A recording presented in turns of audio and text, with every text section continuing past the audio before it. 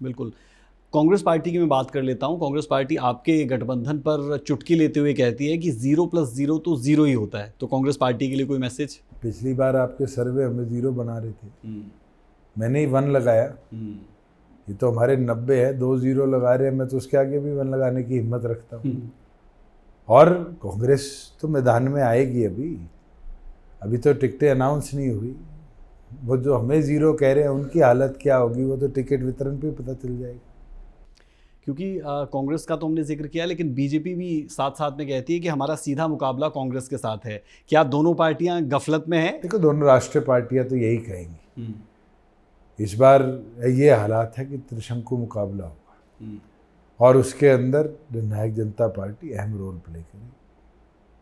और अगर फिर से पिछली बार की सिचुएशन बनती है यहाँ पर, तो क्या दुष्यंत चौटाला एक मर्तबा फिर बीजेपी के साथ जा सकते हैं या कांग्रेस के साथ जा सकते हैं? क्योंकि कांग्रेस के साथ आप भी ये उतनी क्यों तलखी बोलते हैं कि जा सकते हैं?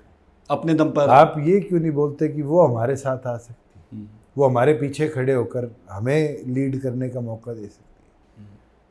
क्या पीछे ही खड़े रहेंगे? ये सवाल इसलिए क्योंकि लोकसभा चुनाव में अगर हम देखते हैं, और कहीं ना कहीं आंकड़े भले जिताते ना हो लेकिन जताते हैं कि किसमें कितना दम है जीतने का, तो वहां पर वो आंकड़े बीजेपी और कांग्रेस के साथ ही जाते नजर आए। एक पार्टी 44 विधानसभा सीटों पर आगे दिखी, एक 42 पर।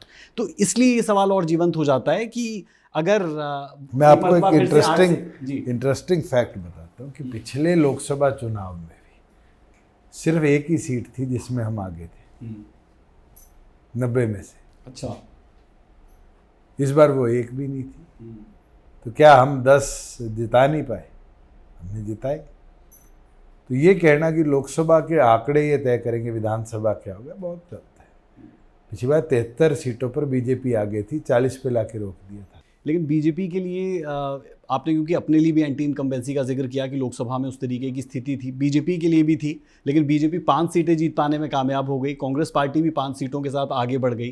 तो उस पैमाने पर कैसे देखते हैं? क्योंकि आप तो खुद संसद का सफ़र तय कर चुके हैं, और जब कोई सांसद आपकी पार्टी से रहता है तो एक कॉन्फिडेंस भी रहता है।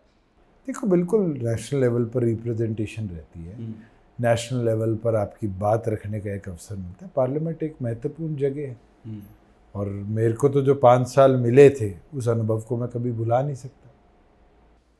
और अगर हम आपके राजनीतिक सफ़र पर एक मर्तबा फिर से लौटते हैं, क्योंकि जिस तरीके का राजनीतिक सफ़र आपका रहा और जिस स्थिरता के साथ, जिस सहजता के साथ आप राजनीति करते हैं, लाजमी है कि आपके बहुत से गुरु आपके अपने ही परिवार के लोग रहे होंगे। उस विषय में ज़रूर हमारे दर्शकों को बताएं, क्योंकि देखिए, बिल्कुल राजनीति एक ऐसी चीज़ है जहाँ आप सीखते हैं।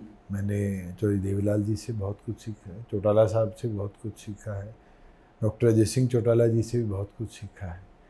और आप उसमें से अडॉप्ट क्या करते हैं और कैसे आगे बढ़ते हैं, ये फैसला करता है कि आपकी स्थिरता क्या। 10 साल के राजनीतिक जीवन में बहुत सीखा है और अगले 40 साल बहुत और सीखेंगे। ये तो शायद नेवर एंडिंग वर्क है। और जब मैं कॉलेज में पढ़ता था तो मेरे एक प्रोफेसर ने कहा था कि knowledge is gained by sharing not by keeping. तो आप अपने अनुभव, अपने ज्ञान को अगर जेब में दबा कर रखेंगे तो कभी आप गेन नहीं कर पाएंगे। आप जितना अनुभव साझा करेंगे उतना ही दुनिया आपके साथ अनुभव साझा करेगी और आप बढ़ेंगे।